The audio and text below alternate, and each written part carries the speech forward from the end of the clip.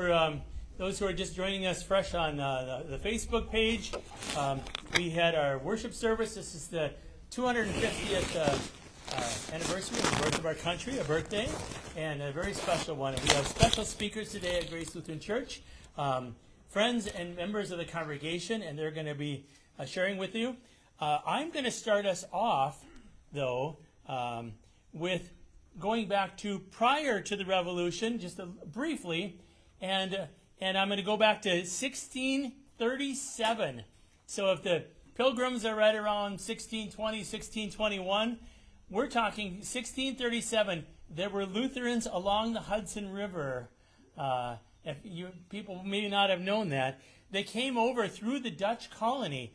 So remember, the Dutch came in. Before it was New York, New York, it was New Amsterdam.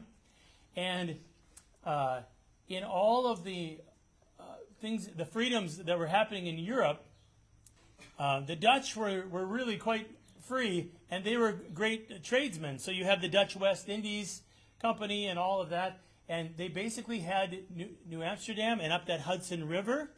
And a lot of Lutherans were from different countries, Norwegian and German and all over, Poland even, and they understood the Dutch language, and they worked with them and came to America under that Dutch banner. But they were Lutherans, and so of course they wanted to worship as Lutherans, and so they petitioned to be able to do that. It says from a history book, the merchants of the Dutch West Indies Company were disposed to allow a Lutheran pastor at first.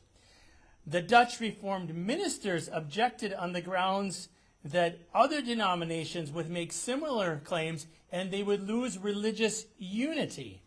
So here's that age-old question. If you allow diversity, how do you have unity? But these Lutherans wanted some, and they said, no, just bring a pastor, a Lutheran pastor. If he speaks Dutch, that's fine. We all speak Dutch. That's great. Well, they took it to the governor, Stuyvesant. You'll see that around New York to this day. He was the last of the Dutch governors. And the company said, we have decided absolutely to deny the request made by some of our inhabitants, adherents of the Augsburg Confession, for a preacher and the free exercise of their religion, on account of the consequences arising therefrom. They didn't want Mennonites and Catholics, so they didn't let the Lutherans in either. That's what they were talking about. And so we were all chopped up. So we got bumped by fellow Protestants. The folks in Amsterdam didn't know. They prepared a Lutheran pastor. His name was John Ernest Gutwasser, and they shipped him over. So while things were souring in America, they were getting ready to send a Lutheran pastor. He didn't know, sailing over, what was awaiting him when he got on there. They didn't even want him to get off the ship. And so the Reformed clergymen were not pleased. They wrote to the colleagues in the Old World, we then demanded that our authorities here should send back the Lutheran preacher in the same ship in which he had come,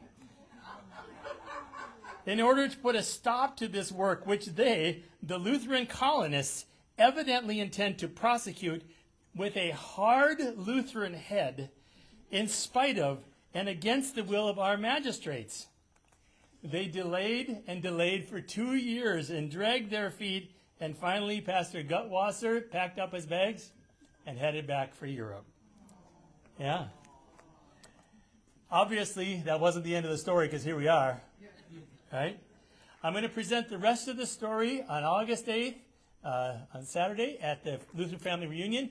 That's just a little taste of where we're headed, but also the need for religious freedom. Do we take this for granted? How important it is that we have this. We ourselves, our own Lutheran heritage, is part of this great story. And so that's my contribution to it. I want to turn it over now. Now let's move up to the need for real freedom. And we're going to have Dr. Scott Parkinson, and he has a PhD in early American history from Miami University in Oxford, Ohio. He currently teaches at Ball State and he is going to talk to us about Thomas Paine, Common Sense, and the Lead Up to the Revolution. Doctor?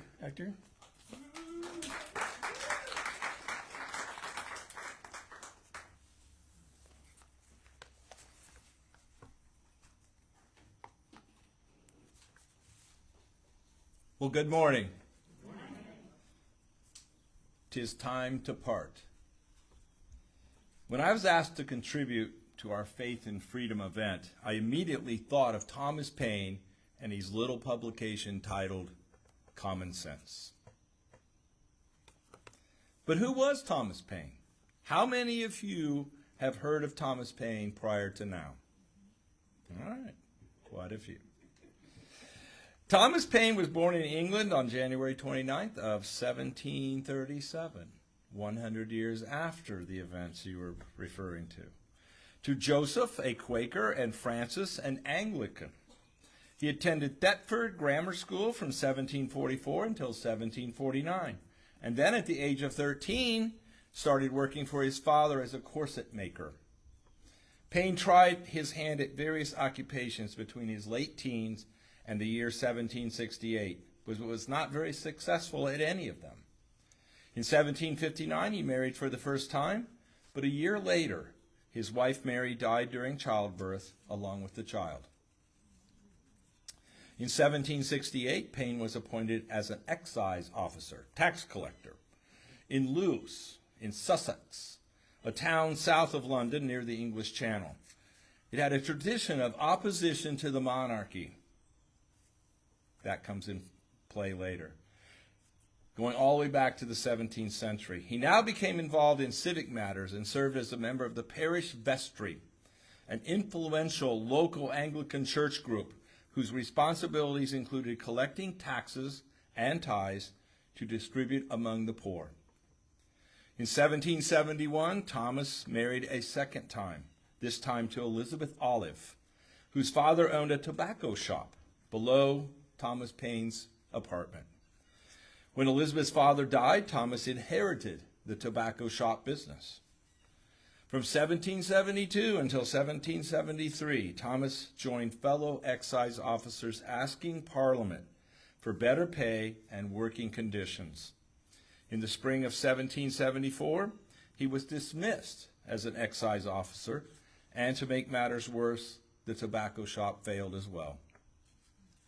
On April 14th of that same year, to avoid going to debtor's prison, Paine sold his household possessions to pay off his debts. He then formally separated from his wife Elizabeth on June 4th of 1774 and moved to London. In September 1774, Paine was introduced to Benjamin Franklin, who was visiting London as a voice for colonial opposition to British colonial rule. Franklin, as the publisher of the largest American newspaper, the Pennsylvania Gazette, urged Paine to seek his fortune in the American colonies, and even provided him with letters of introduction, including one to Franklin's son-in-law, Richard Bach. At this time, the American colonists had pretty much had their fill of Great Britain's attempts to control them with various taxation schemes that had thoroughly angered the Americans. The Sugar Act of 1764, the Stamp Act of 1765, the Townsend Duties of 1767 had all been passed by the British Parliament and were met with much indignation in the colonies.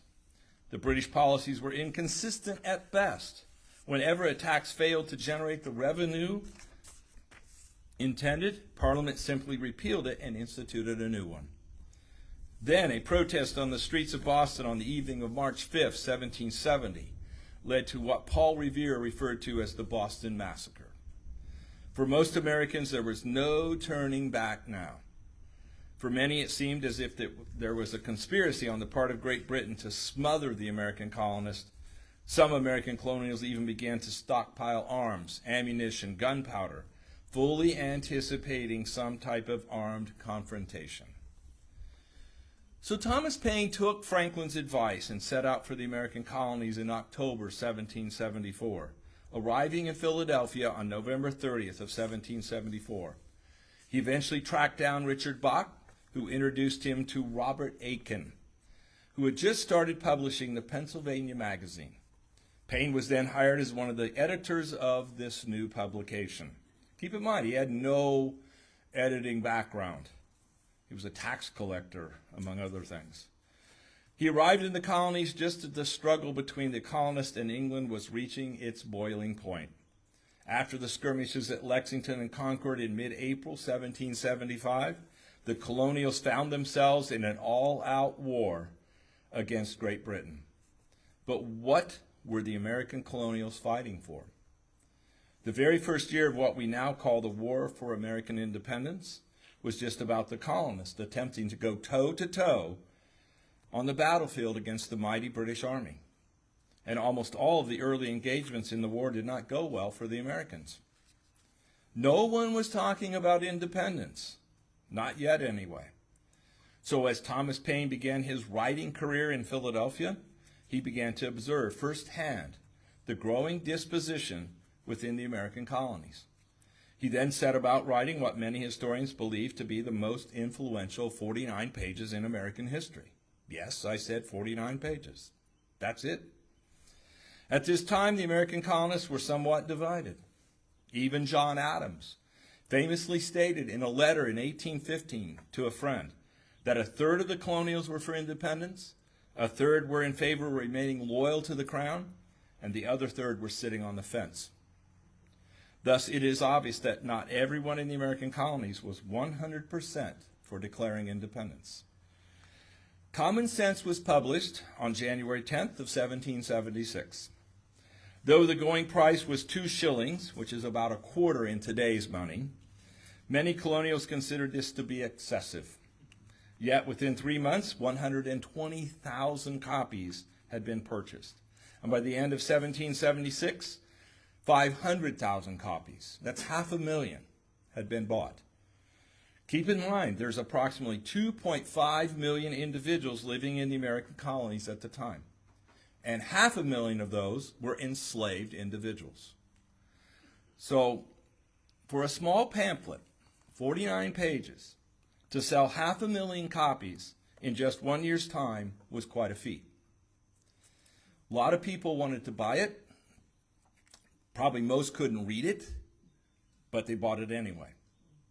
It's a hot commodity.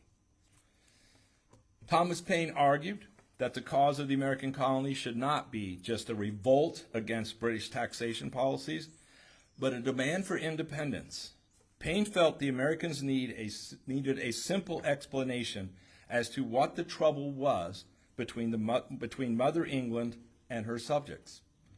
Thus, more than any other single publication, Common Sense would pave the way for the Declaration of Independence. Now, I need to briefly note the timeline towards independence. Common Sense was published on January 10th of 1776. On June 7th of 1776, Richard Henry Lee proposed in the Second Continental Congress that a committee be formed to draft a Declaration of Independence. The Committee of Five was then appointed on June 11th of 1776, consisting of John Adams, Benjamin Franklin, Thomas Jefferson, Robert Livingston, and Roger Sherman. The committee began its work immediately, and on June 28th of 1776 presented Congress with its so-called draft. Congress voted to adopt the draft, and copies were then ordered to be printed, and we declared our independence on July 4th of 1776. So note that timeline. January 20th, Common Sense comes out. June 7th, there's a committee formed. Need to draft a declaration. And within the month, we have the Declaration of Independence. It's interesting how Congress can't seem to work that fast today.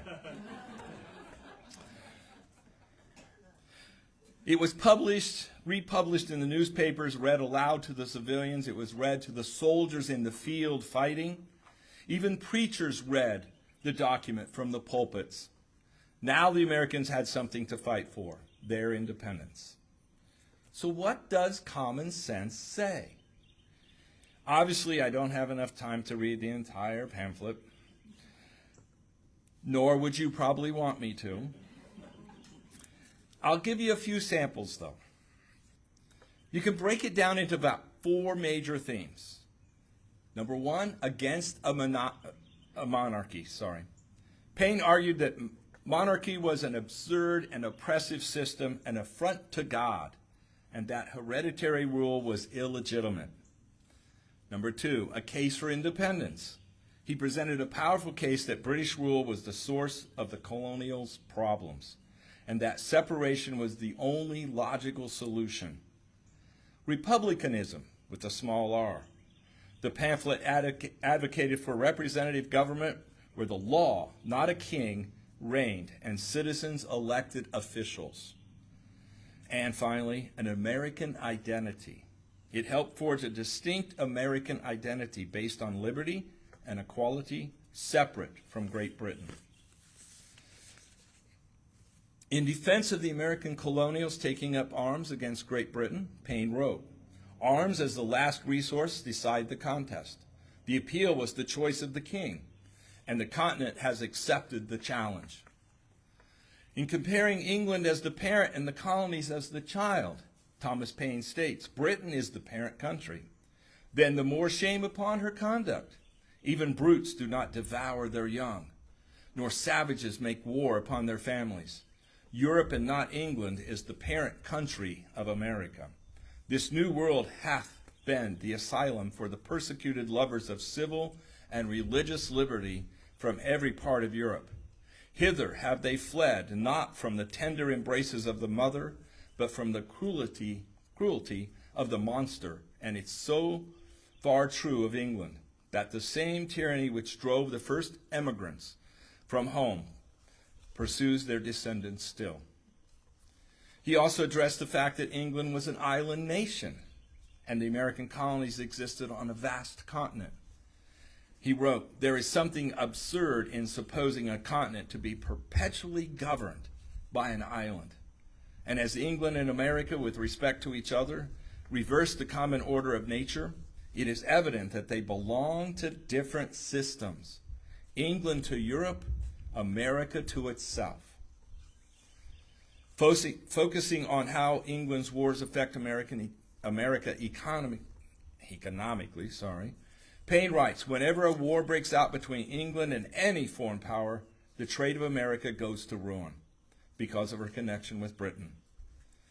Now, many in the colonies talked about reconciling the differences between England and the American colonies, but Paine addressed this stating, "No man was a warmer wisher for reconciliation than myself before the fatal 19th of April, 1775, Lexington and Concord.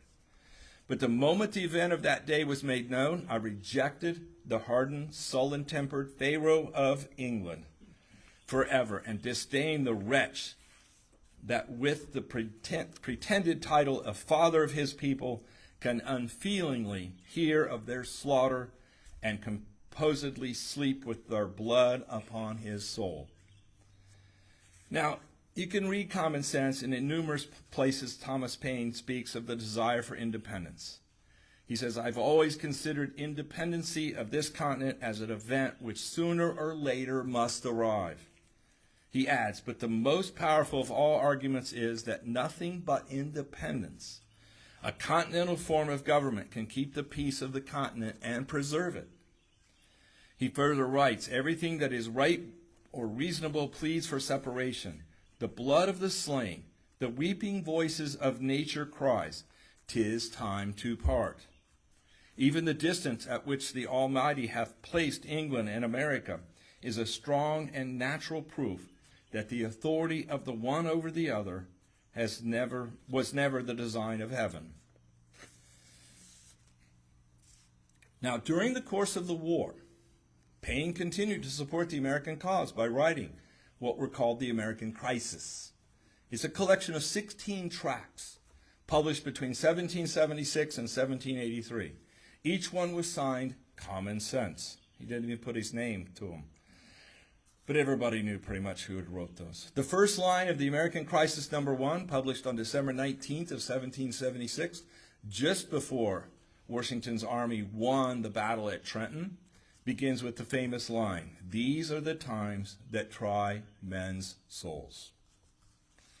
Now, if you read Common Sense, you'll find numerous references to religion and religious themes. He goes all the way back to the Old Testament, numerous times.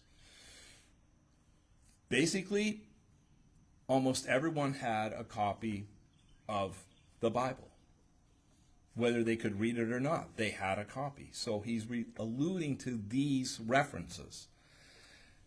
So where does Paine stand on religion? He claimed in later life that he was a deist.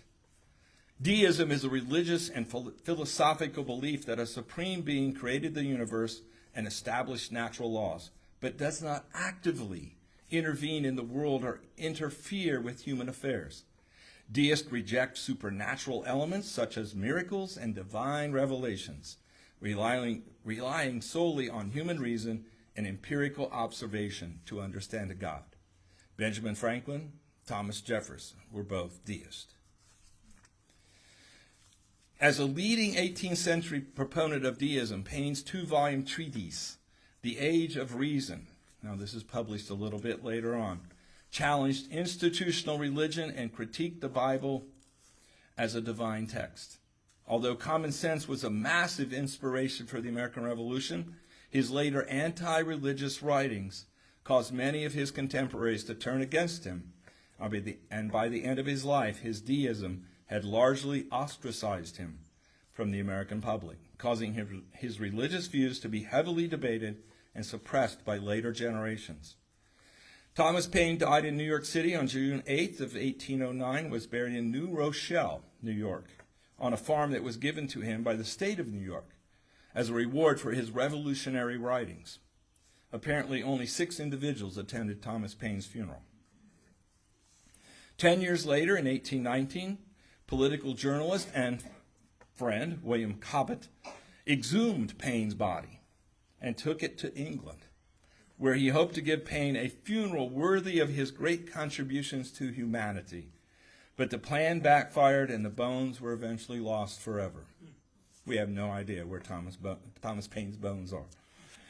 Upon Thomas Paine's death, most U.S. newspapers reprinted the obituary notice from the New York Citizen, which read in part, "He had lived long, did some good, and much harm." That's it. Do I ask for questions now or later?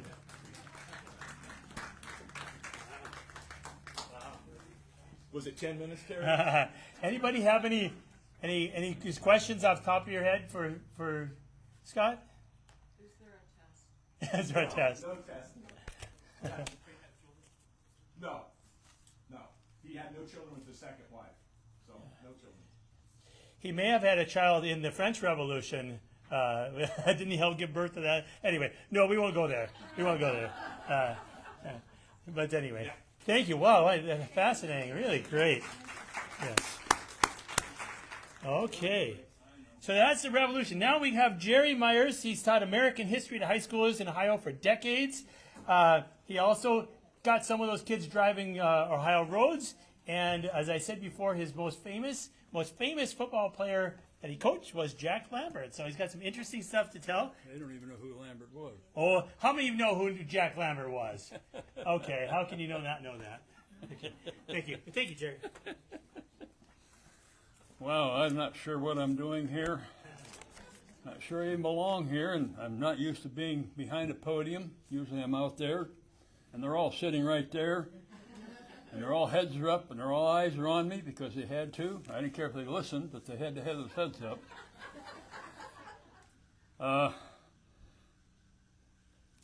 I got into this decades. I don't know about this decades thing. It was 28, 29 years, 23 of them teaching at Wayne High School. Did not plan to teach history. I had other plans, but I got married. And she said job, and I wound up teaching. In fact, she said job, and it was 2 weeks before I was going to stay in graduate school, but I graduated, and inside 2 weeks set up a graduation, got my master's in January 31st of 65, and was standing in front of a classroom February 1st in Chardon, Ohio, teaching American history to high school juniors, one of which was the son of the superintendent, and the other one was a daughter of the principal, so kind of under the gun. And I found out very quickly I didn't know a thing about how to teach history, and I didn't know enough history. But finally, when I got to Wayne, I learned how to teach, and I thought it kind of interesting here what happened on the 4th of July over the years, because that's kind of a date that stands out. And I found out teaching, of course, that kids didn't like dates. They didn't want to learn dates. I finally, when I learned and developed a system of teaching that I thought would work, told the kids there's 4 dates you're going to have to know. Now, bear in mind, I retired in '93, so today I would add a couple of more. I would add 9/11, and I would add maybe January 3rd with Swifty and Kelsey. Not sure about that one.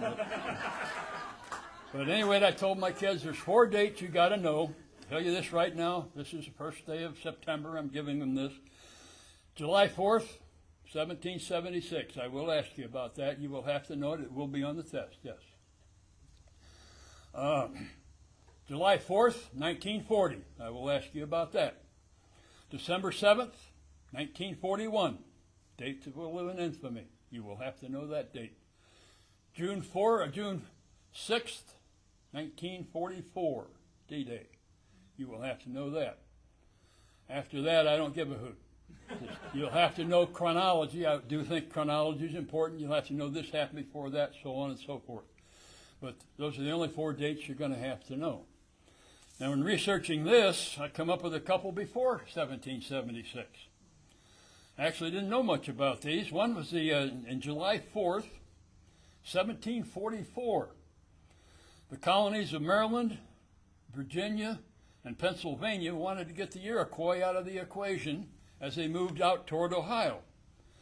And the Iroquois had some claims on territory east of the Allegheny Mountains, and those colonies bought them off by granting them their territory east of the Alleghenies, and the Iroquois agreed to give up their claims to territory west of the Alleghenies on the south end. They didn't have much interest down there anyway. Of course, they were more up in New York and that area. But it turns out they thought they were just giving up their claims to the Shenandoah Valley. And these colonies thought it went all the way out to present-day Ohio. So that lasted about 10 years. That was in Lancaster, Pennsylvania. 10 years later is 1754. And there's a place in Pittsburgh called Three Rivers, which is a beautiful site for a fort. France and England both wanted that territory. The Indians had it, of course. The Three Rivers, the Monongahela, Allegheny come together to form the Ohio. Not a good place for forts, too low, too swampy. There's high ground on the other side of the river at Mount Washington, but that's where they wanted the fort. And in 1754, in January, the British started building one there. And George Washington, we're introduced here to George Washington, 23 years of age. Very prominent already, surveyed out here. He'd laid out Marietta, or at least the area around Marietta. He'd been out here as a teenager surveying, and at 23, hired colonial military, British military, colonial, that kind of thing. He was to cut a road to the Three Rivers and supply it and take it over. Little did he know that, the British started building it in January of 1754. The French took it over in late March. So when he was coming out here, the French already had it.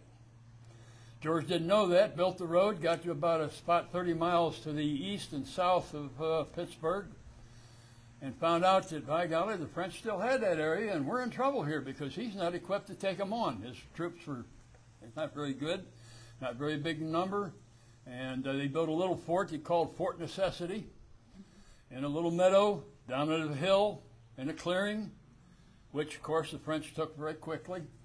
And on July 4th, 1854, George surrendered Fort Necessity to the French. Probably the low point of George Washington's life. Not too happy about that. They made him and his troops, he signed papers, said we'll never fight again. And they went back to Virginia. Now there you think George Washington's done, but 6 months later he joins the British attempt to take Three Rivers, Fort Duquesne as the French were calling it. Came back out here with Braddock in 1755, and they wouldn't listen to George. He's telling him how he's supposed to fight the guerrilla warfare that was going on. what have you, and he, they just wouldn't listen to him, and they wound up getting ambushed and defeated. Braddock got killed. George covered the retreat, did it very admirably, very well for a 23-year-old guy. And see what else here. Yeah, the miracle. George Washington was an incredible individual. He fought 5-6 years in the French and Indian War. Then, of course, was commander of the American forces in the Revolution. In a lot of skirmishes, got shot at a lot. Had horses shot out from under him. He had clothing wounds. He had holes all over his clothing. He also led the U.S. Army, the fledgling Army, in 1794 as President of the United States, something I think Trump would love to do now, or get in the Army, and he led them out to western Pennsylvania and took on the Whiskey Rebellion. A bunch of farmers in the western Pennsylvania didn't want to pay whiskey tax, and the federal government says you got to pay it. By golly, we're going to make them pay it. So he led the troops out there. Got shot at again. So in all these times, never once in his entire life was he ever wounded. Never got hit. And that war even continued on as they built statues. And by the time I retired, he had statues all over the place. And there were a lot of bombs, Wall Street, these places. Not one of his statues ever got hit by a piece of shrapnel. And I don't know what's happened since then. I haven't kind of kept track of it too much. But George was a very lucky guy. Never getting shot at all, doing all that combat. At any rate, the next July 4th date is 1776. And you all know what happened then. That's the day we announced the Declaration of Independence. And celebrate that. Very important date in 250 years. From that point on, moving ahead, 1802. July 4th, 1802, West Point began operations as our first military academy. I find this very interesting because in 1802 our president is Thomas Jefferson. Jefferson, by what I've known, is not a strong president, didn't want a strong president, preferred a rural, agrarian type government, weak president, and yet almost everything Jefferson did as president made us a lot stronger. Because in 1801, we went to war with the Barbary pirates in the Mediterranean. Muslim pirates, Muslim countries in Algiers, Tunisia, that area, capturing ships of the world that did not pay them tribute. They were demanding payment, tolls, and fees for the use of the Mediterranean and the Eastern Atlantic and the Strait of Gibraltar. And under Washington and Adams, we were paying them. Jefferson said, no, we're not going to do that anymore. We didn't have a Navy much, but he said, we're going to take them on. Oh, we don't have any military. We'll make one. The U.S. Marines, the United States Marine Corps was founded and went to war there, from the halls of Montezuma to the shores of Tripoli. And for 4 years we fought and won and defeated the pirates, and they now left us alone. No longer took our ships and captured our seamen and hold them for ransom and what have you. And again, this is Thomas Jefferson, a man who really didn't want to do that, but he did do it. And let's see, Jefferson also, the other thing I wanted to say here, you can see I didn't write anything down here. I always just kind of never read much. I love reading, but I didn't read to the kids. But what was it here? I had, Eaton. Yes, Eaton, Ohio. We owe a lot to the War with Tripoli. A gentleman named William Bruce served in that war. After the war, as reward for his service, they allowed him to purchase very cheaply over 50,000 acres out here at the crossroads of what is now 35 and 127. And he laid out and platted the town of Eaton, named it for William Eaton, who was commander of U.S. forces in the Tripoli War. He named the streets after several commanders that he served with, men like Barron, Decatur, Israel, Wadsworth, Summers, all streets named here in Eaton. So we do owe a lot to Thomas Jefferson in the war with Tripoli. Also in 1803, July 4th, 1803, Jefferson announced the purchase of Louisiana. Something else he argued with himself about doing, because he didn't have the power to do this, but yet Louisiana doubled our territory. No one knew how far west it went, no one how far north it went. Didn't know much about it, but he said, we're going to buy it. And so we purchased Louisiana from the French, 1803. And the next July 4th date I found of many significance came in 1825. July 4, 1825. East of Columbus in Licking County, just south of Newark, the first shovelful of dirt was removed from what would become the Ohio Erie Canal. It was determined here by Congress that we should have a canal connecting Lake Erie and the Ohio River, open up commerce, trade, what have you. They had 6 or 7 different routes they could take. They settled on 2. And the one was, of course, east of Columbus. The other one was out here around Huber Heights. There's a lock in Huber I'd send my kids down to look at now and then, take some of them. And, of course, up 75, up through Lockington and up that area where I grew up in northern Ohio, along the Maumee River. There's locks and whatever along the Maumee there by Defiance. But at any rate, on July 4th, 1825, the first shovelful of dirt was removed in Licking County. Big to-do over there. And took 2 years to build. The guys that built it made 30.7 cents a mile and got 4 jiggers of whiskey each day. I don't know what a jigger is. How much is a jigger of whiskey? How many ounces? At any rate, they got 4 jiggers of whiskey a day and 30 cents, almost 31 cents a day to build that canal. 4 feet deep, 40 feet wide. That one went all the way from the Cuyahoga River down to the Ohio River, Muskingum, down the Scioto River. The other one came up the Miami, through Dayton, up 75 past Delphus, up to Maumee. Took them 2 years to build it. Probably the biggest thing that ever happened to Ohio, because those canals turned us, well, it more than tripled our population, more than tripled our economic income and what have you in the country, but only lasted 25 years. Because in the 1850s, the railroads put them out of business. And then comes July 4th, 1826. 2 big names, Adams and Jefferson. Again, Adams, very strict, a man who believed that the straight, the narrow, stay on it. He defended the British soldiers after the Boston Massacre. He's a member of the Sons of Liberty. I don't know how he pulled that one off, but he did it.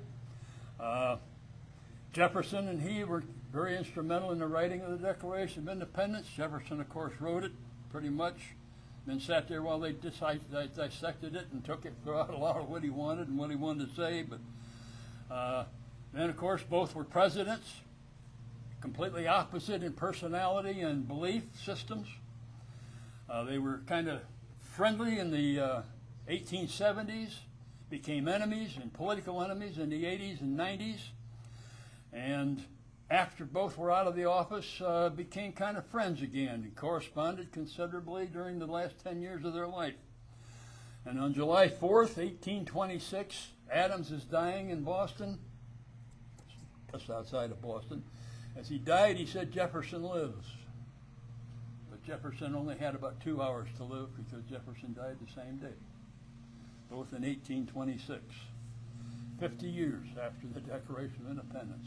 Amazing. Now we go to 1831, July 4th, 1831. Samuel Francis Smith performed, well, he didn't, but the song, "America, My Country, 'Tis of Thee," was first performed publicly in Boston, Massachusetts, 1831, July 4.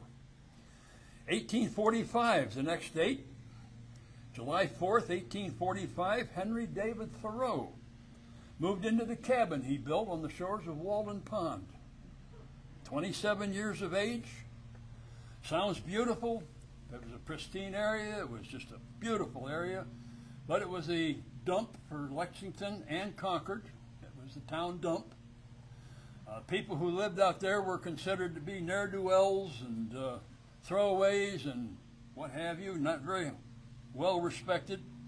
Of course, no electricity, no indoor plumbing. It was a one room about the size of that picnic table right there. Land owned by Longfellow, or Emerson. Mr. Emerson owned that territory that Thoreau built it on.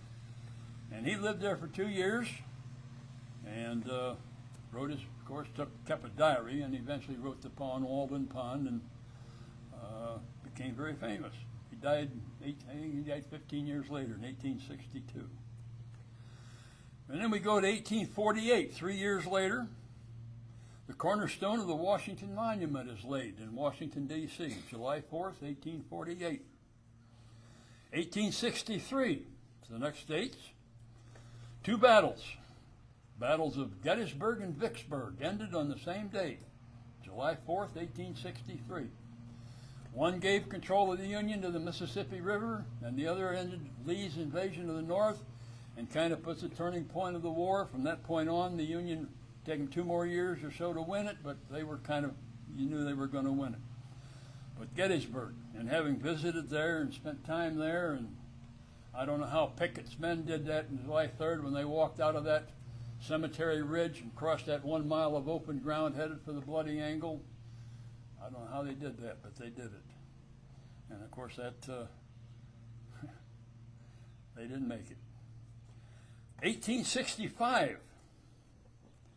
This was the first performance of Alice in Wonderland in Washington, D.C. That was in July 4th, 1865. Now, of course, Lincoln was assassinated in April of 1865. So we had that. 1884, the Statue of Liberty, July 4th, 1884. The Statue of Liberty was presented in the United States by France. 1898, July 4th, the poem America the Beautiful by Catherine Lee Bates was published. And composer S.A. Ward turned into a song, which was sung publicly for the first time in 1900, July 4th, 1900. Now we move ahead to 1939, July 4th, 1939. Lou Gehrig, first baseman for the New York Yankees, the Iron Horse, retired, gave his speech, the luckiest man on the face of the earth. And of course, he died of amyotrophic lateral sclerosis a few weeks later, ALS, Lou Gehrig's disease. But on the 4th of July, gave probably one of the most major speeches in Major League Baseball history. Now we got to move way up. 1997, July 4th, 1997. NASA's Sojourner, the Land Rover, landed on Mars. And I watched some of that on TV.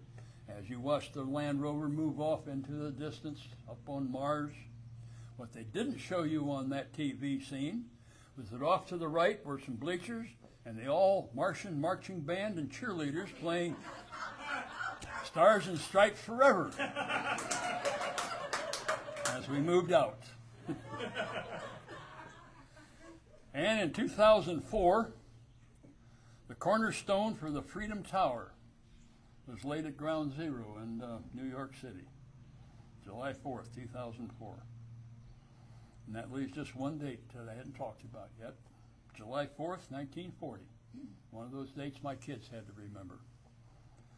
On that day, at 4 a.m. in the morning, the little town of Pettysville, Ohio, about 2 hours and 25 minutes north here and about 20 miles east, lays about 6 miles from Archbold, Ohio, and about 7 miles the other side from Wauseon.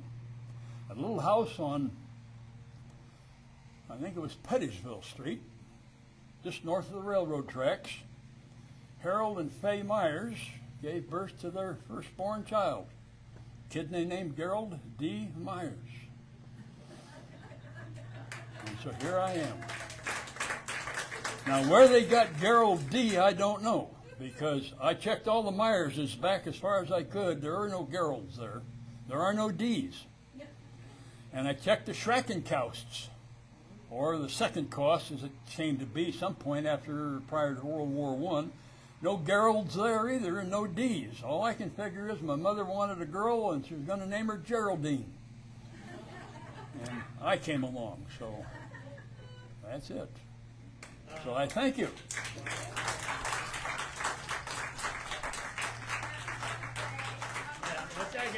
It's this man's birthday. Happy birthday to you. Happy birthday to you. Happy birthday, dear Gerald D. Happy birthday to you. Well, if my math is correct, and I'm not going to guarantee that, that puts you at 86 years old, and you just pulled that off, what we just heard, at 86 years of age. That is very humbling. That was incredible. Nicely done. Nicely done. Very good. While we're having the lunch and everything, these guys are available to talk to, and they've all said they'll be around, and so there's more time for that. Next up, Alan Kaufman, president of the Ohio Valley Civil War Association. He has been a reenactor since 1994. I already said that his unit through time has been in movies, Glory, North and South, History Channel, all this wonderful stuff, retired the colors at Gettysburg National Cemetery, and he is presenting today as Second Lieutenant of the 35th Ohio Volunteer Infantry, Company G. I'm not sure how to address him except as Alan, so I welcome him.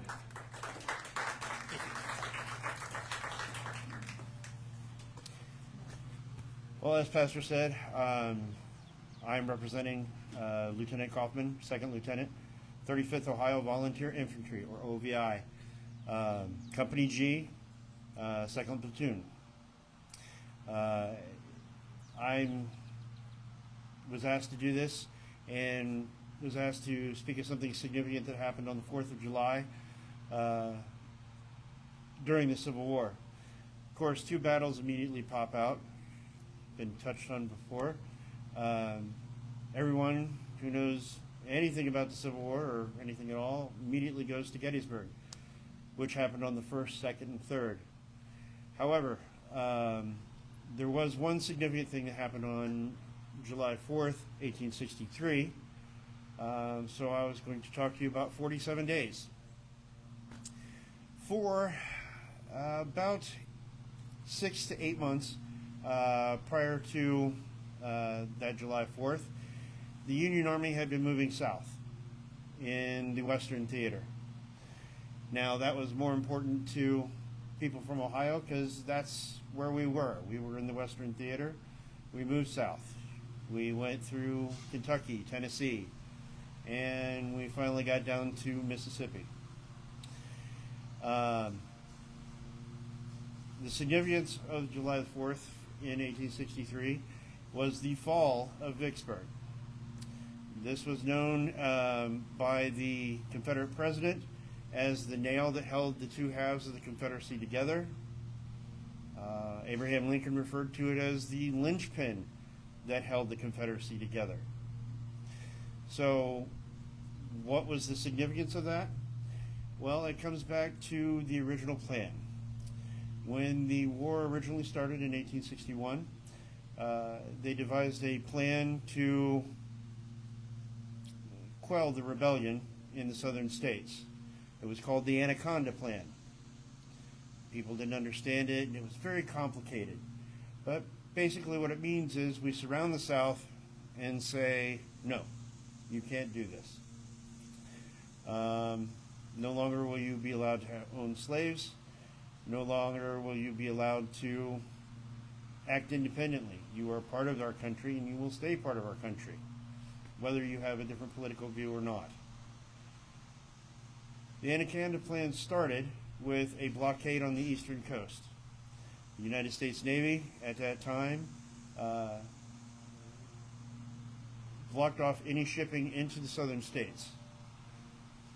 It continued on around through the Gulf of Mexico, now the Gulf of America, and was to choke off the southern states and cut them in half.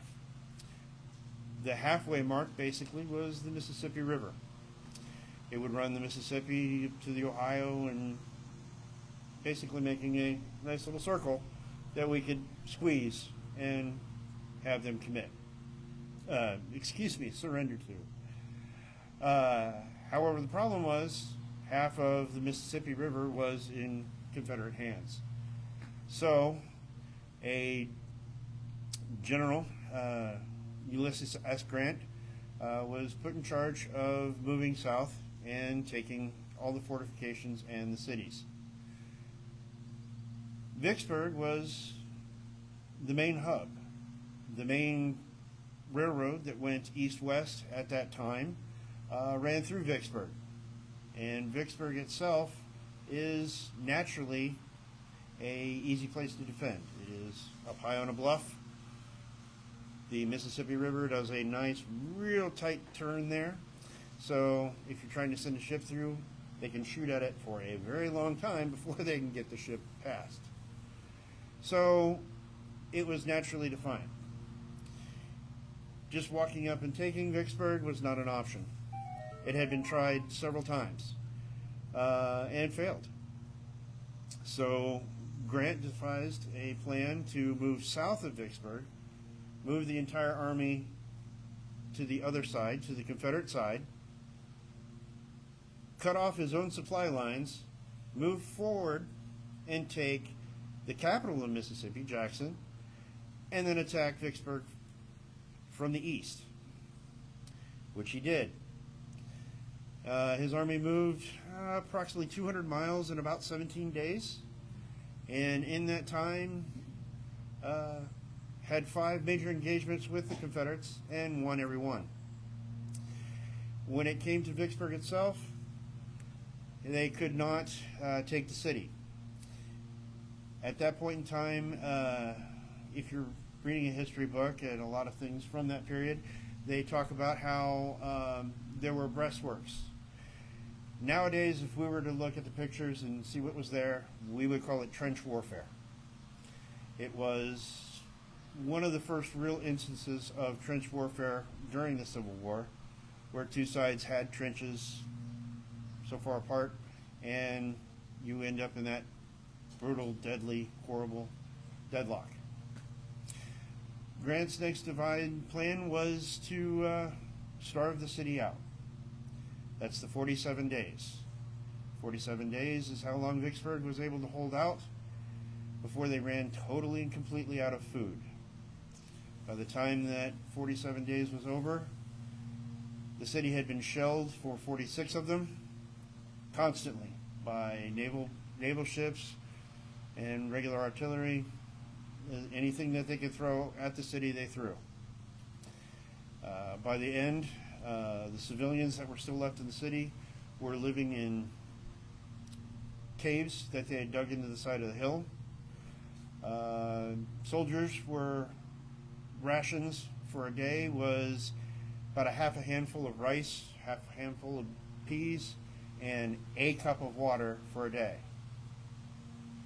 There was no clean drinking water. There was no sanitary anything. And by the time that 47 days was done, more than half of the 29,000 Confederates, were either dying or extremely sick. And from a petition from the troops, they petitioned their general to surrender them. The original terms were from Grant was unconditional surrender. From a couple of his aides, they said, how are we going to take 30,000 men prisoner? We can barely feed ourselves, let alone have 30,000 men more join us. So the first time in the war, Grant proposed and went through with paroling those men. So therefore, as they surrendered, they were basically paroled. They were sent back to their farms. Of course, all of them were starving. In true Christian fashion, there was no cheering by the Union Army. There was no celebrations. There was no taunting of the defeated foe. Instead, The soldiers went through their own haversacks or their lunch boxes and gave them what food they had to the starving people of Vicksburg. Once that was established, then the Confederacy was truly cut in half, where Texas, Oklahoma, most of Louisiana was completely isolated from any of the eastern states. One other minor thing to mention, Gettysburg probably would have never happened if those 47 days had not come into play, because Lee's idea was to try to relieve Vicksburg. And as he marched into Gettysburg, he was trying to draw the army out to defeat it so that they could have French or British support for the Confederacy. However, his original orders were to relieve Vicksburg at all cost, which he did not do. Instead, he traveled north to Gettysburg, and, well, most everybody here should know that. They were turned back and defeated. So, thank you.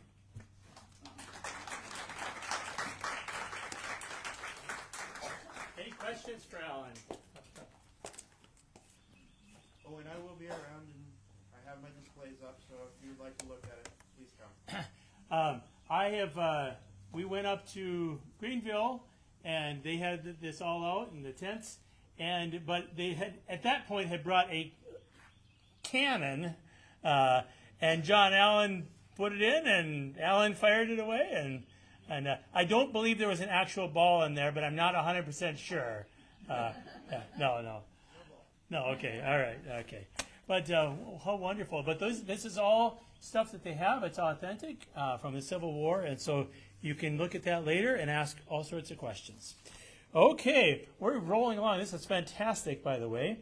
And now, as I said, batting cleanup is Terry Good. He served our country for many years as the director of the White House Office of Records Management. He retired in 2004. He would walk the White House halls between presidents and take care of the paperwork. He's got a published article by the Department of State that's up here and available for anybody that just takes what they did and how important it ended up being. It's quite a fascinating document. I highly encourage taking it home with you. But we will invite him. He's going to share some of his experiences and his insights serving our country for all those years. Terry?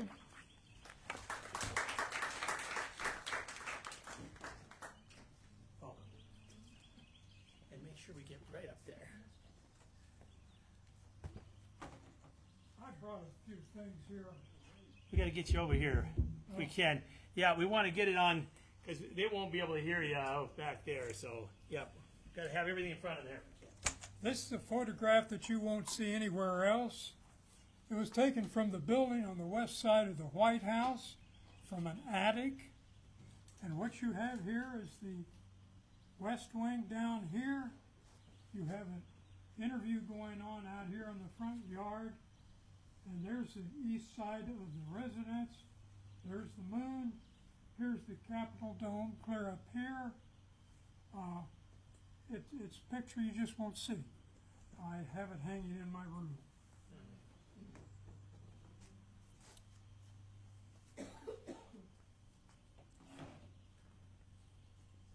At my retirement,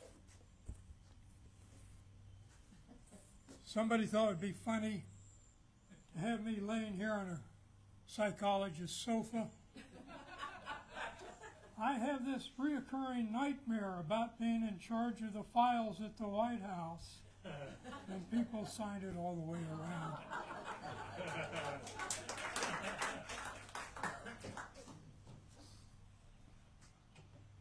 And for those of you who may or may not know your presidential history, here are 5 of the presidents I served under. Nixon is not there, and George Bush is not there. All of these men were pretty good men. One had some serious faults that cost him his presidency. I have this hanging up at home.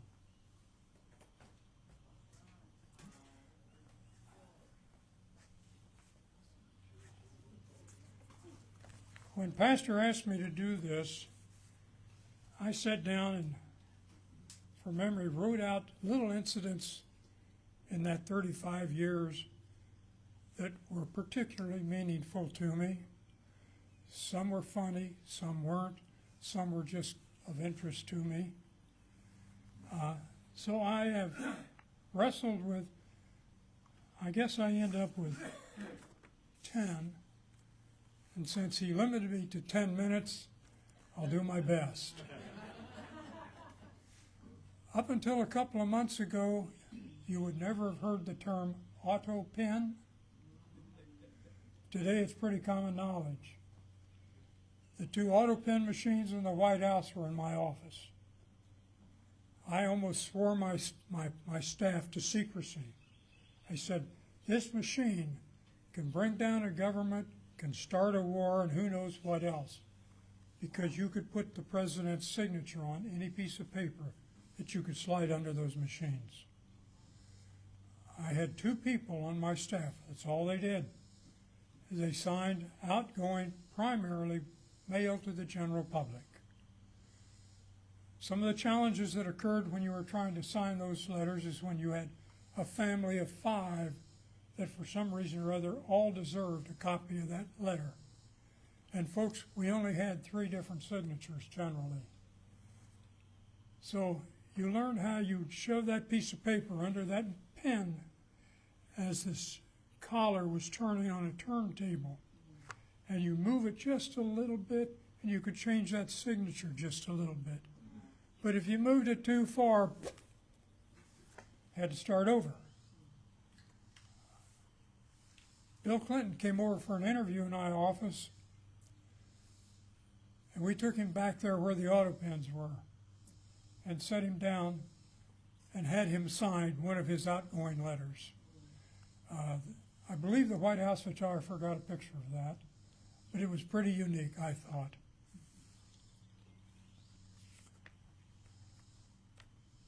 Well, so much for the auto pen. On one of my occasions when I was making the rounds, which I did about 3 times during the day, to pick up papers from different offices, I was up in the West Wing. I just passed the Oval Office. I was walking down the corridor where all the other important offices were, and I had more in my hands than I'd anticipated picking up that day. I didn't have them in a folder, I just had them loose. And I'm walking down that corridor, and by golly, wouldn't you know it, they fell out on the corridor. Well, folks, let me tell you something. If you ask, do people pray in the White House? They do, and I did. They might ask you, do you ever see them praying on their knees? They do, and I did. Can White House staff multitask? You better believe I did. I was down there on my knees, and I'm picking up my papers, and I'm praying at the same time. Mistakes, mistakes. Oh, my land. I made more than my share. A presidential letter was prepared for a member of the House of Commons in England. And the day after that letter, and several others that were presidentially signed, real signatures, I was looking through the pile of those letters, just because I hadn't seen them before. My staff had taken care of these. And I was curious to see what they were saying. And I came to this one letter with a fellow going to the House of Commons. And I couldn't find a copy of the letter. We always would take a photocopy of any letter that the president actually signed. And I was shuffling through those papers and I couldn't find that copy. I got scared. And it turns out that apparently that letter was mailed to that member of the House of Commons without the president's signature on the letter. If you don't think I can see my life. So I didn't know what to do, but I got up enough courage to call the White House switchboard, and I said, can you put me through to the House of Commons? And the lady said, no, Terry, you'll have to go to the military switchboard for that. So I got on the phone and talked to the fellow in the military switchboard, and he says, I can put you through. So sure enough, he put me through to the House of Commons, and the next thing I heard was this very, very sweet, proper English female saying, House of Commons. And I'm going, blah, blah, blah, blah, blah, blah. And as best I could, I explained, my name's Terry Good, and I work at the White House, and I'm trying to track down a letter before it goes to the House of Commons member, or words to that effect. And she said, just a moment. And the next voice I heard was a man, very serious, very proper, very high English. And I got up enough nerve to say, my name is Terry Good, and I work at the White House. And a letter was sent by the president to the member of the Commons. I don't think that letter was signed. Could you, hopefully before that letter goes to your member that you work for, send that letter back to me so I can get the president to sign it, and then I'll send it back, I promise. Long pause. I am that member.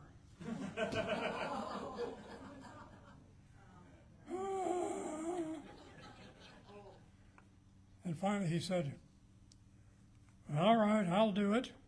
He said, what is your name? Terry Good. G-O-D. And there was a long pause. And then he said, rather unfortunate under the circumstances, wasn't it? He sent it back. I got it signed. He got it, I think. Camp David is a marvelous place to visit. Oh my, it's marvelous. Now Nancy Reagan didn't like it. She thought it was too rustic. There's not a person in this group who wouldn't love to live in Camp David. It's a gorgeous place up there in the mountains, Maryland. On one of those days, things happened like this to me. It was totally unplanned. The secretary for the general who ran the military office in the East Wing called me up and she said, Terry, some of our military folks up at Camp David have got some records up there. They don't know what to do with them. Would you be willing to ride up there with me and take a look at those records? Well, what do you think my answer was? Of course, let's go. And so, sure enough, when that day came, I went over to the military office. There was a military car with a driver in it, and Joni Stevens and I got in the car, and off we went to Camp David. We got up to Camp David, pulled into the driveway, and we were greeted by Marine guards. And folks, I will tell you, I felt like I was entering a football training camp when I got into Camp David. Those Marines, oh, what marvelous specimens of humanity they are. You're sure glad they were on your side. But they inspected the car. They had these mirrors that they ran underneath the car. Then they let us in, parked the car. Joni took me around. We saw the papers, the documents that they were calling about. It's sad to say they weren't important, but I wasn't going to tell them that. I instructed them to call the Department of Defense office that handles records, and they could handle them. That's how I got off the hook. But we were there over lunchtime, and so Joni and I went into the mess hall. My dad went through World War II, and what I heard about food was Spam and sea rations, and that was about it. Folks, there wasn't a single Spam and there wasn't a single sea ration in that line of food there. Gallows Restaurant wouldn't have been able to compete with what these people served in that restaurant. Oh, my land. It was a marvelous meal, marvelous meal. And we walked around a little bit and got to see some of it, and then we got in the car and came home, and I got paid for that, folks. There was another occasion when we got to go to Camp David, and that was once on the 4th of July. The camp threw the place open to the White House staff and all military personnel on that day. When I came home and told Evelyn we'd gotten this invitation to go up there, She said, Terry, we're not going in our car. You're going to have to rent a car. I'm not going up there in our car. It just looked too terrible. So I had to go out and rent a car, folks. And we went up there, all of us, right? The 4 kids and us. The girls loved going swimming in the swimming pool. The boys loved walking around the perimeter. And Evelyn and I just admired the whole scene.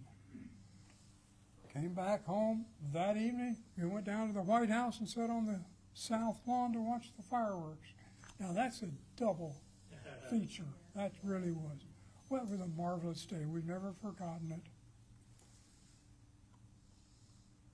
The White House switchboard, up until the middle of the Clinton administration, was a traditional switchboard that you see in all the photographs. You know, a panel like this with holes in it, and the telephone operator sitting there with these 2 plugs. They're doing these kind of things. I never understood what it was, still don't.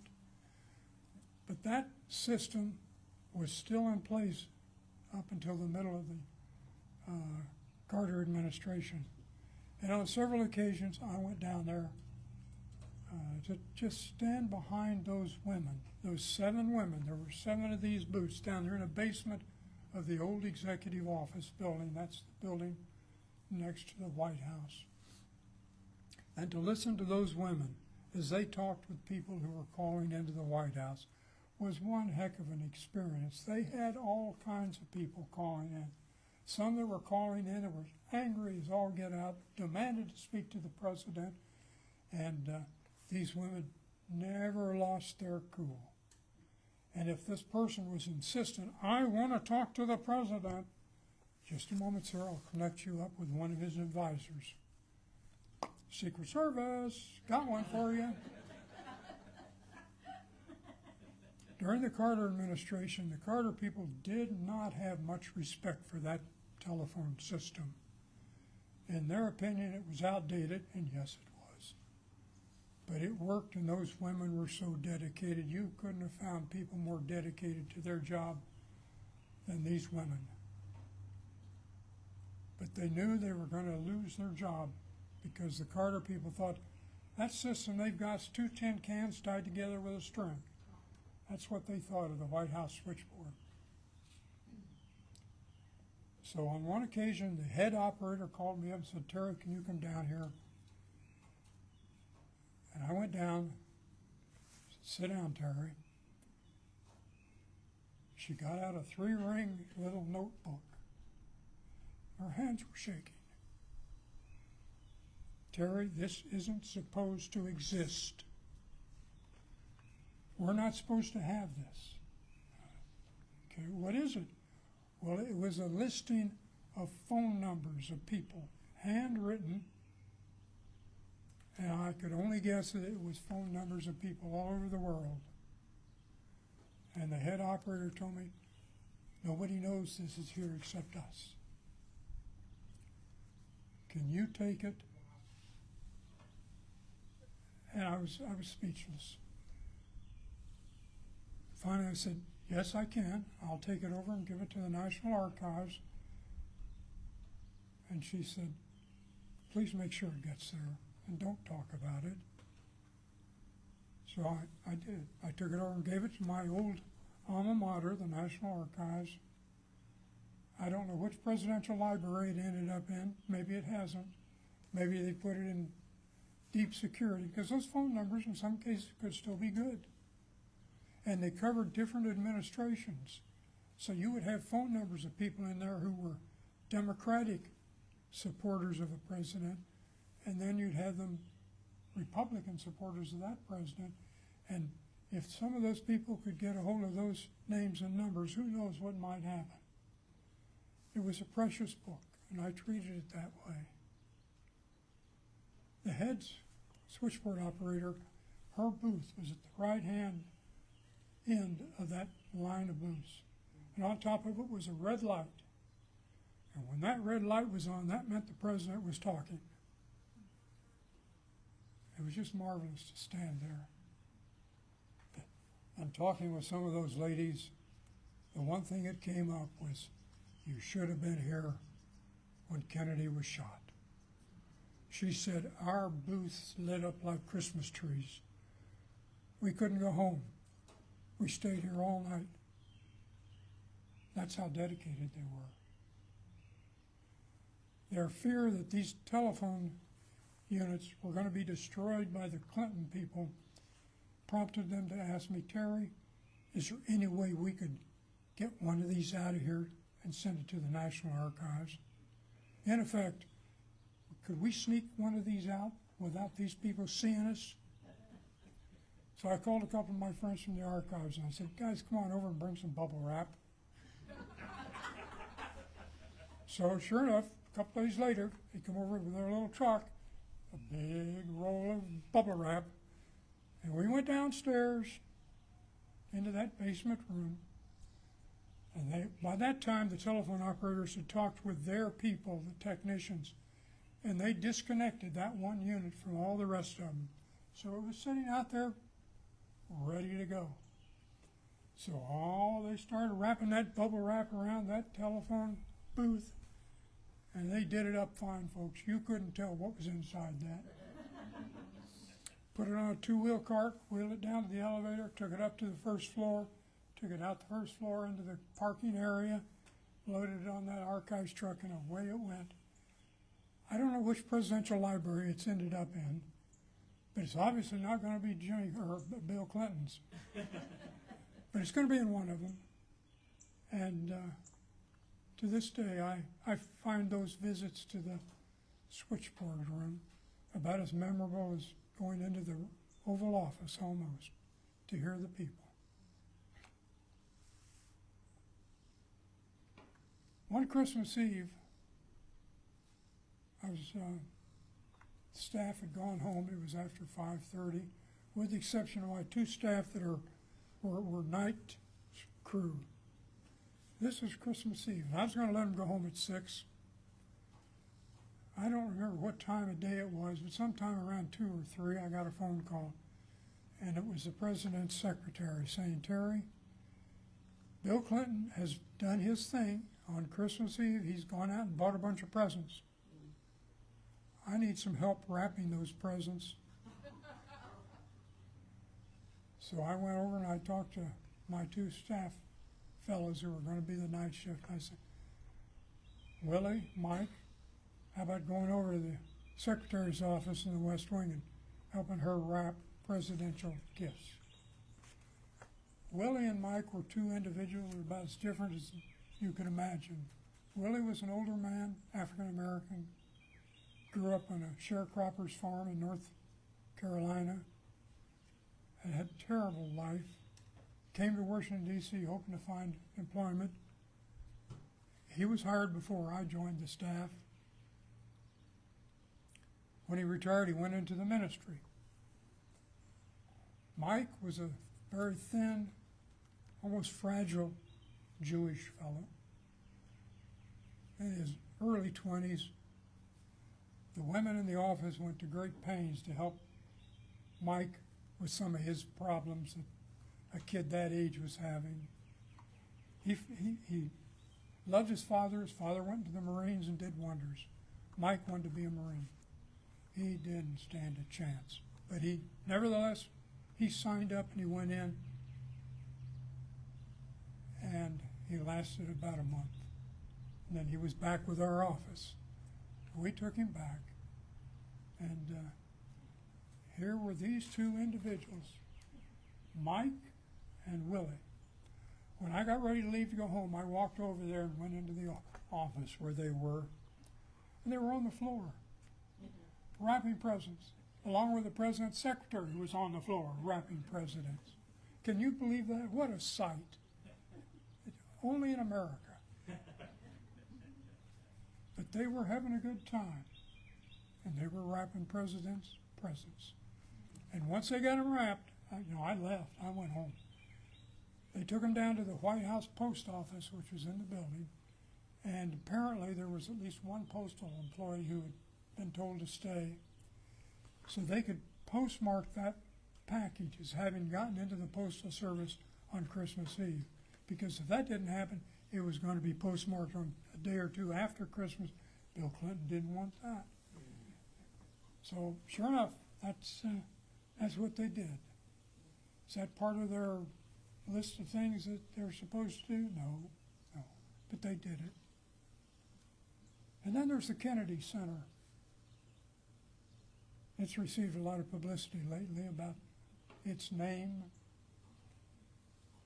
Evelyn and I had the wonderful opportunity of, on numerous occasions, being given tickets to the presidential box at the Kennedy Center. That's the box that's directly opposite the stage, folks. Actually, there are 3 boxes, 3 different units. I forget what their names are. But there's you walk into this presidential box, room 1, or box 1, and there are about 11, 12 seats in that spot. You walk into the first room, and it's kind of a sitting area. And then you walk through that room, and you open the door, and that takes you into the place where the seats are, into the auditorium. Well, in this room that's kind of a sitting area, you have your own private bathroom, of course. Then you have a little ante-room that was kind of a clothes closet. Had a refrigerator in it, folks. Evelyn, could you find that? And that refrigerator was well stocked. It had refreshments and it had snacks. And so during intermission, you gather in that little anteroom and pick what you wanted to drink, from soft drinks to, Evelyn says it was champagne. I couldn't tell the difference.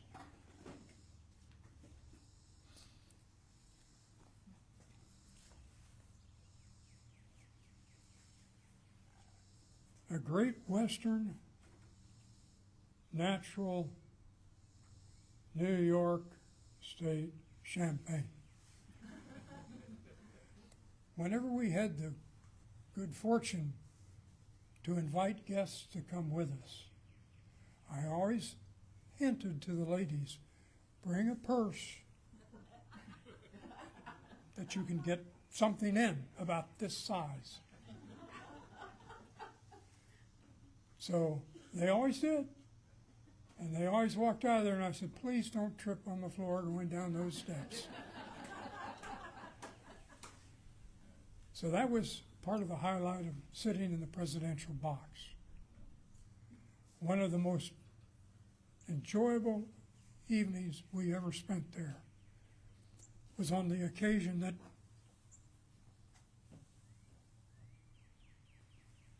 the pastor of our Lutheran church there in the suburbs of Washington, D.C., told me about a couple that lived in their neighborhood. Their daughter, if you can believe this, had tried out for the play Les Miserables, and lo and behold, she got the part for Cosette. And in the course of the conversation, the pastor said, I found out that the parents would drive her down there and then sit in the back and wait for the production to be over with and take her home. They had not seen her from the stage, from the audience. I said, I think I can do something about that. So I called up the people that handle the tickets, and I said, is there any chance of getting tickets for six people for one of the Les Miserables productions? They said, yeah, I think we can do that, Terry. So lo and behold, I got 6 tickets, the presidential box, to watch Les Miserables. And her parents got to see their daughter. And if that wasn't enough, folks, it just so happened that it happened to be the father's birthday. And it was against the rules to bring food into that presidential sitting room. But sometimes things are possible. And so during the intermission, we shared a birthday cake in there. Her parents were so excited, it almost brings tears to your eyes. And I was pretty happy about it too. We saw quite a few plays there. It hurts to see the way it's being treated. Presidential prayers. What do I? Well, this one.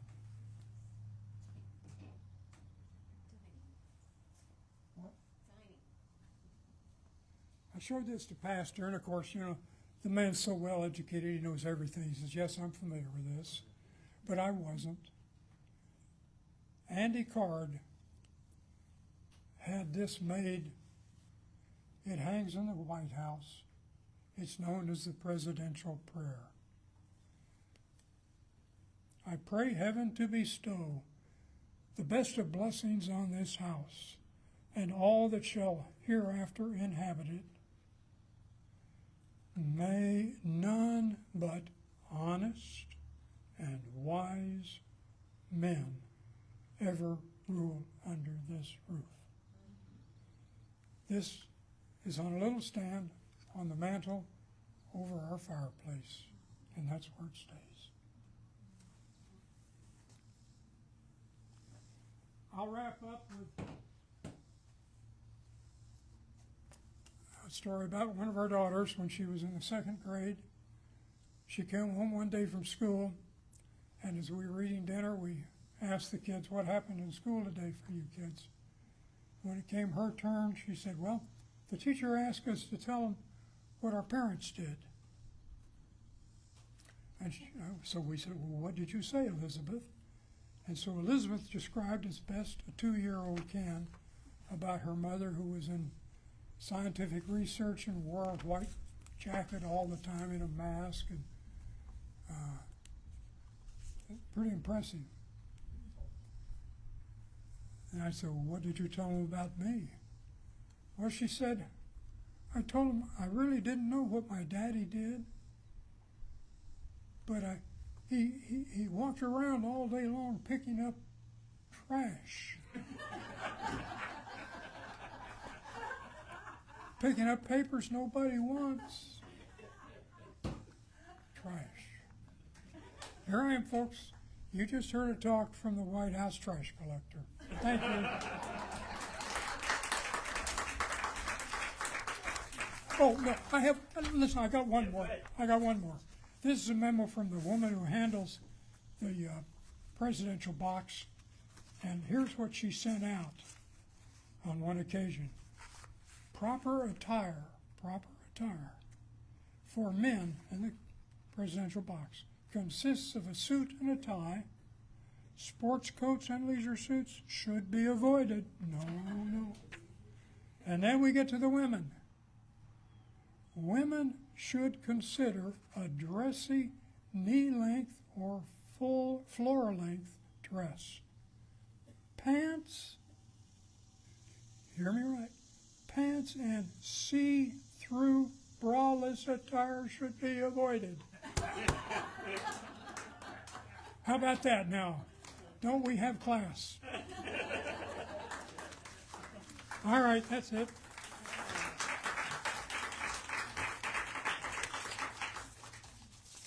Still shuffling papers. I'm not going to drop them. We don't want you to. Thank you, Terry. Okay. Anybody? Again, he'll answer any questions.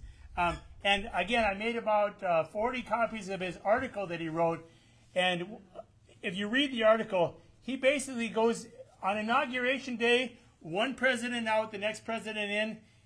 He literally, and part of his team, would walk room to room, pick up the papers, make sure they got filed, go in there, and what comes through in the article is that no president thought he was very important on the first day. He said, yeah, paper pusher. But a few weeks in, when they got deluged and they didn't know what to do with it all, he became the man. He became their best friend for all the administrations. And so fascinating article. I highly recommend it. They're right up here copies. So take one with you and read that. That would be great. Yeah, go ahead. Yep. Do you have another minute?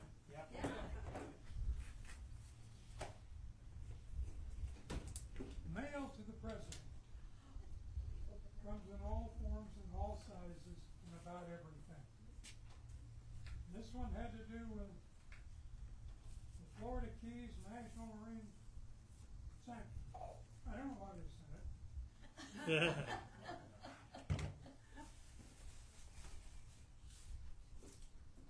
If you're really into the oil crisis during one of the administrations, there's that.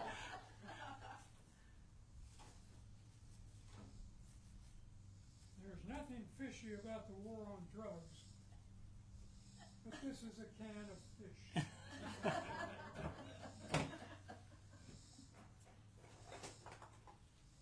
Any of you in here interested in rocks? One fellow sent a box of rocks in. Nothing on it, just a box of rocks.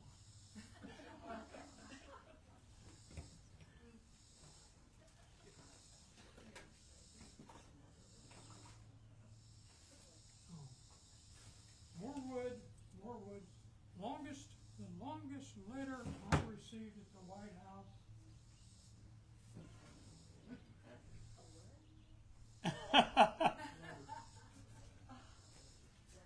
This is it. It's the longest. Salvaging your president. Vote for this HR, or veto this HR 1158. That's the longest letter ever. And you've seen those pictures where the president is signing a document of some sort, and they sign a little bit, they set that pen down or give it to somebody, and they pick up another pen, they add a little more. Well, one end of an administrator was these are from LBJ's. They had some extras. They were going to throw them away. I said, I'll take them. So I've got about 4 of them here.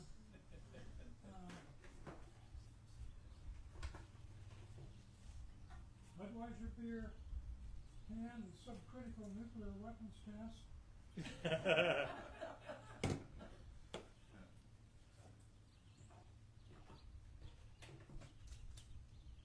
Rising lumber costs, boy, that was a big issue. Oh, gifts. What a treat to be able to go into the White House gift unit and look at all the gifts that the president has received. They range from beautiful to questionable. And as you might guess, they can't save them all. They're not worth it. Care to make a guess as to what this is? What? Lightning boom. Well, if you fill that with jelly beans, you'll make Ronald Reagan happy. But once again, this was not going to be seen. And I said, can I have that? It makes a wonderful tour. I could use that for a children's message. Jelly beans. Oh, yeah, I apologize for this one. This is a piece of the floor in the Oval Office when they renovated it. Oh, yeah. We gotta, yeah. It's all tangled up there. I can't get the mic, but there. Well, Yeah, this is this fragment of cork was part of the floor installed in the White House Oval Office in 1934. The floor supported 6 presidents of the United States before it was removed in 1969. Ronald Reagan. A nice souvenir. Yeah. Big one. And one.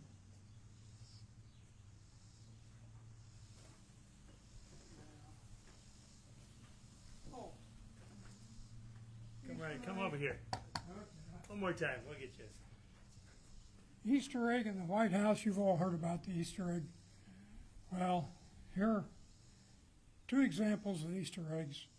I think we have a pretty good collection of those. I would always go over there at some point during the morning, wander around and watch all these frantic mothers trying to corral their children, and I kind of chuckled about it. Yeah, well, then I made the mistake one time only. I took our 2 daughters. I came home with a headache that you wouldn't believe. But we've got a collection of these.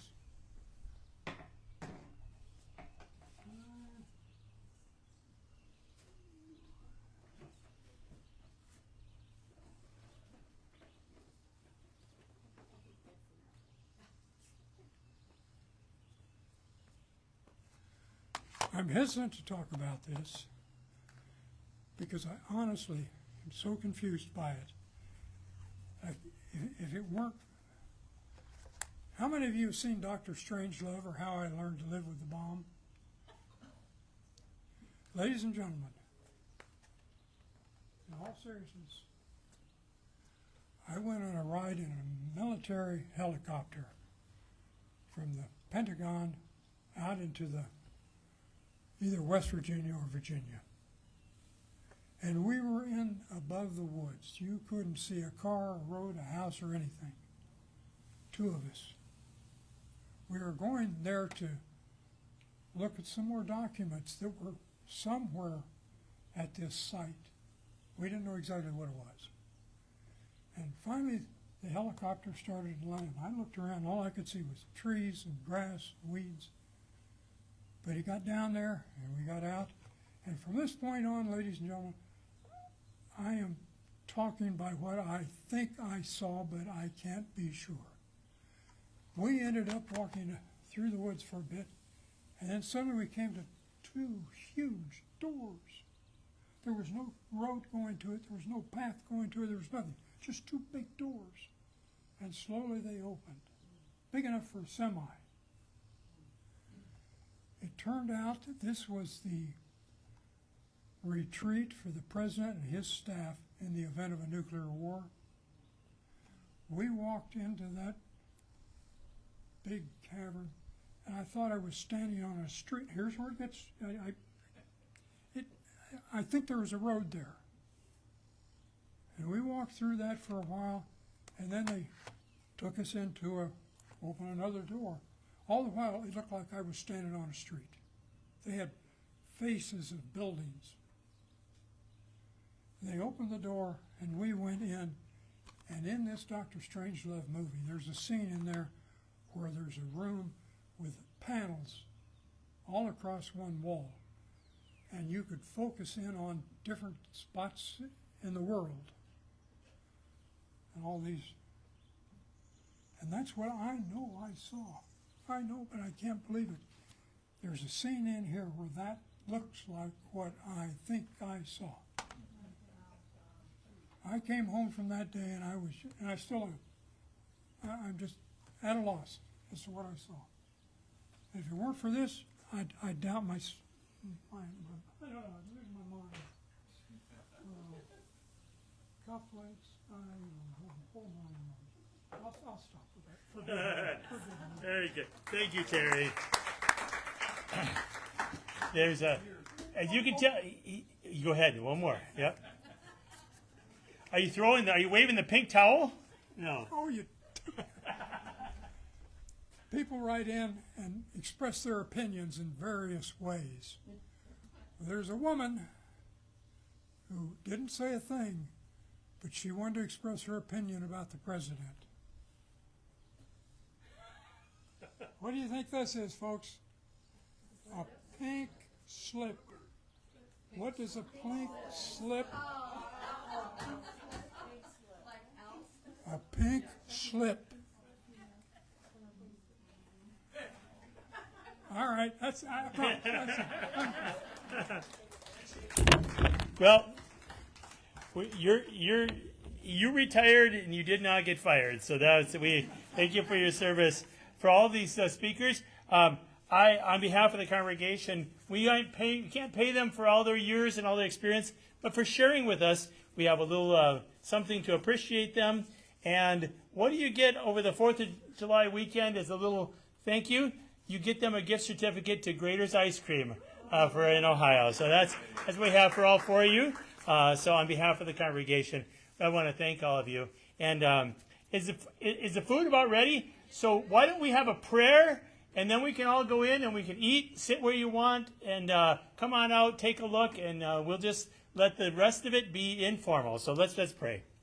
Heavenly Father, we thank you for this day. We thank you for this walk through history. May we see our own lives in the grand scheme of all things. May we appreciate our country for what it is.